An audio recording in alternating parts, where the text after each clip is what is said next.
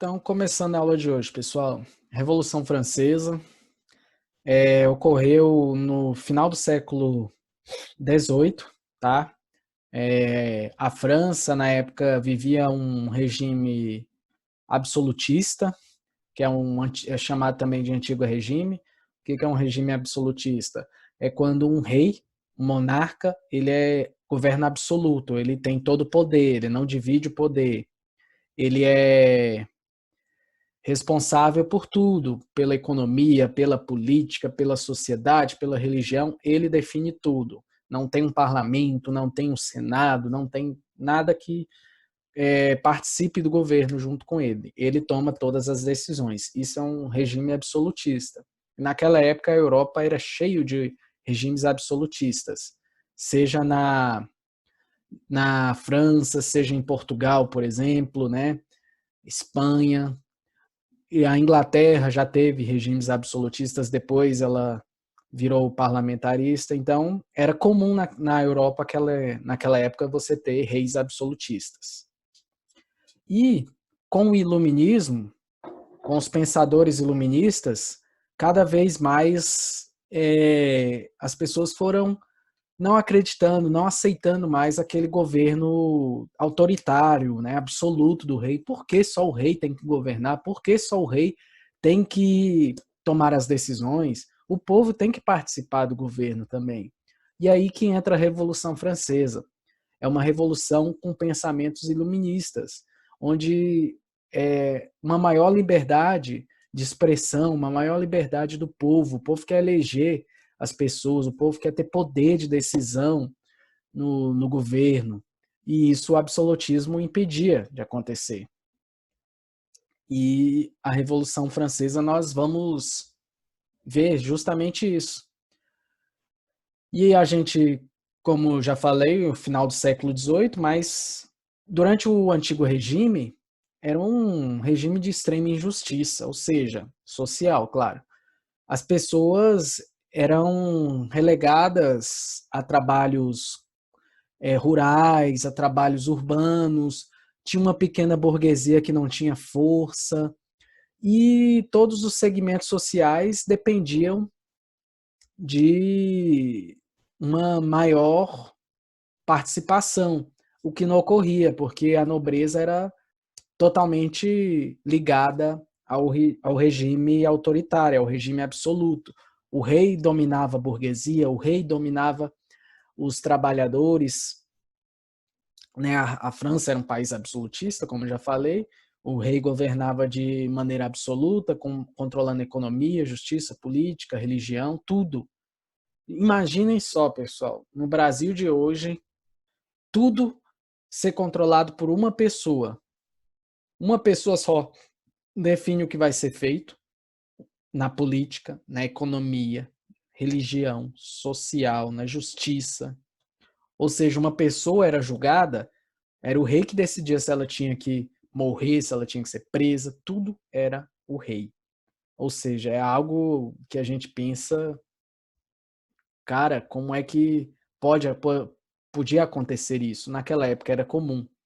Tão comum que os reis absolutistas eram tidos como divinos, como pessoas que foram enviadas à Terra, né, como representantes divinos de Deus na Terra. Era uma forma que eles usavam para se validarem como absolutos, como reis, que era um poder que Deus deu para eles. Eles foram abençoados com poder divino, enquanto os outros que estavam lá não foram abençoados e tinham que seguir o que ele falava. Você não podia votar, não tinha uma democracia, então você não podia dar opinião, não podia fazer nada. E quem fosse contra o regime era preso, principalmente na Bastilha, que era uma prisão política da época, ou então condenado à morte, que era o que eu já falei aqui. Era uma sociedade estratificada e hierárquica. O que é isso, pessoal? Você nasceu na nobreza, você, seu filho vai ser nobre, depois o filho do seu filho vai ser nobre e a sua família sempre vai ser nobre. Você vive na pobreza, você é camponês, os seus filhos vão ser camponeses para sempre. Eles não podem mudar, não podem melhorar de vida. Por mais que você tente, você sempre vai ser camponês. No nosso sistema hoje, se a gente nasce pobre, a gente pode até conseguir melhorar de vida e ascender socialmente, sair da pobreza, ir para uma classe melhor, uma classe média, e até chegar a uma classe alta, uma classe rica. Naquela época isso não existia. Você nasceu camponês, sua família é camponês para sempre. Seu pai é camponês, você vai ser camponês quando acabou. Seu pai é nobre, você vai ser nobre. Seu pai é da família real, você vai ser da família real. Seu pai é burguês, você vai ser da burguesia. Então, era estratificado, isso não mudava, era uma pirâmide bem edificada, bem fortalecida.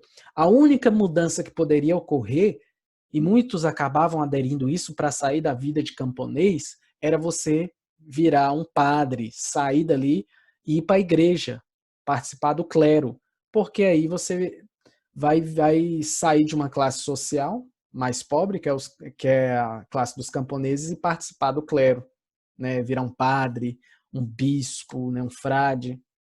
Era a forma que muitos deles viam a chance e mais poucos conseguiam, né? De camponês a um padre, por exemplo.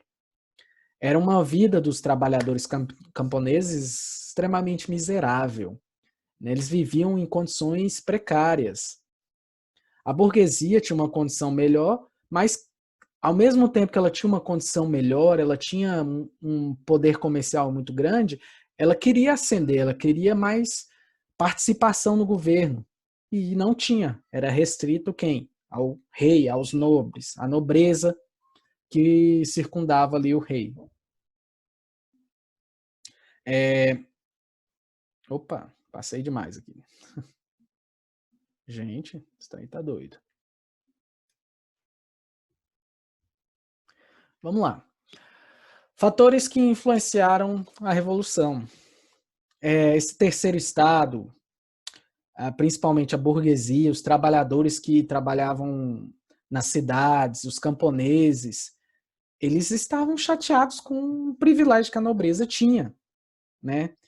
E que eles pagavam grandes, altos impostos para sustentar poucas pessoas, viviam numa margem ruim, principalmente os camponeses, na miséria.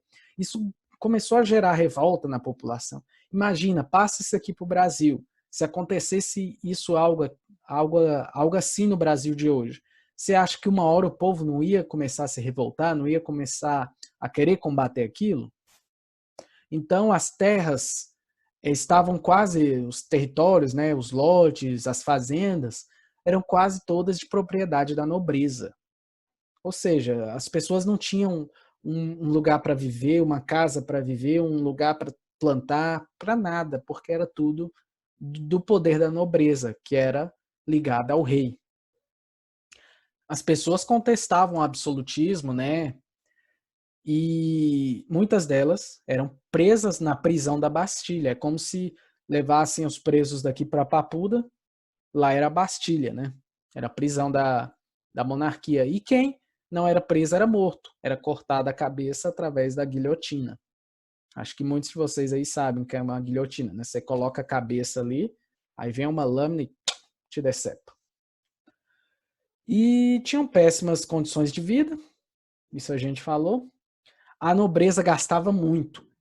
Era uma classe que pegava todo aquele dinheiro de impostos, vivia no luxo, gastava com coisas supérfluas, coisas desnecessárias, e cada vez mais sugando os trabalhadores, a burguesia, e isso foi agravando ainda mais, porque eles faziam banquetes de luxo, festa, compravam joias, coisas que muitas vezes eles compravam com dinheiro do povo, com impostos que eles tiravam do povo em geral. E a burguesia, que era dessa classe mais desfavorecida, mais forte, que eram comerciantes, grandes comerciantes, acumulavam um certo poder de riqueza, foram aqueles que começaram a se revoltar mesmo, que tinham poder para começar a combater esse privilégio que a nobreza tinha. Por quê? Porque eles queriam não só serem comerciantes, eles queriam participar no governo, eles queriam participar da política, eles tinham essa vontade. E isso fez com que cada vez mais esse terceiro estado ganhasse poder na França. E, como eu já falei, os ideais iluministas. Eram pensadores chamados de iluministas, como Rousseau, né, como Galileu Galilei, entre outros, que pensavam diferente, que achavam que, gente, não dá, esses reis, esses pensamentos absolutistas não servem, vamos começar a pensar diferente, o povo tem que ter liberdade, vamos pregar liberdade, vamos defender o fim disso aqui, vamos mudar de vida. Né? E geralmente eles eram integrados à burguesia. Tá? Outra curiosidade, pessoal, é que a independência dos Estados Unidos foi influenciada por iluministas que participaram da Revolução Francesa, como Rousseau, como Montesquieu, como Locke, como Galileu um pouco mais lá atrás.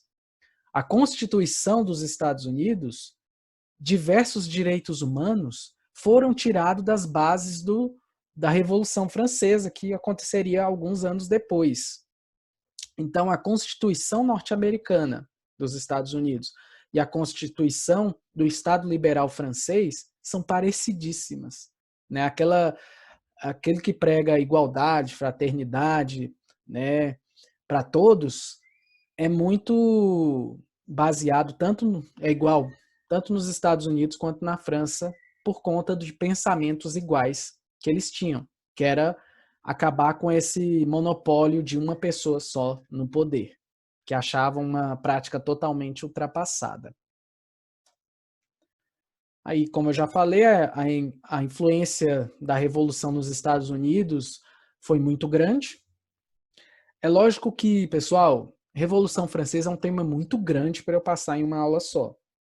Vou dividir em 2 ou 3 aulas. Essa primeira aula é só mais uma introdução para vocês entenderem como é que vivia a França naquela época e por que as pessoas se revoltaram.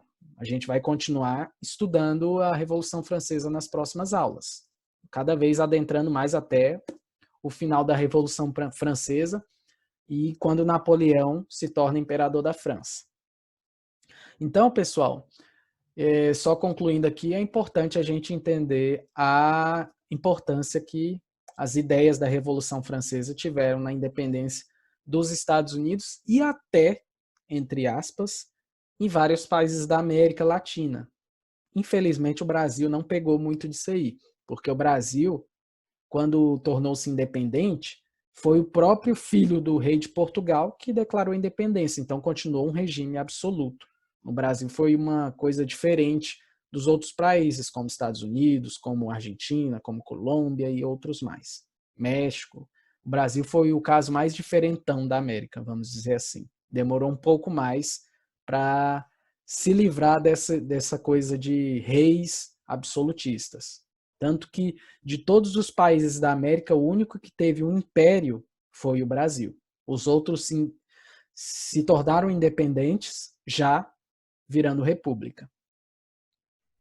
Então, pessoal, é só mais ou menos isso que eu queria passar para vocês hoje, uma introdução. O que por que a Revolução Francesa começou a entrar no seio do povo francês?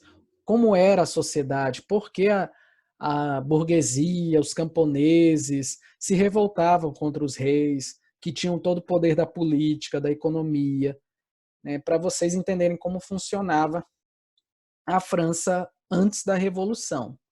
E eu vou deixar aqui também o meu Instagram, o meu WhatsApp, para vocês poderem entrar em contato comigo aí, se tiverem interesse. Espero que tenham interesse, dúvidas, eu posso responder aí.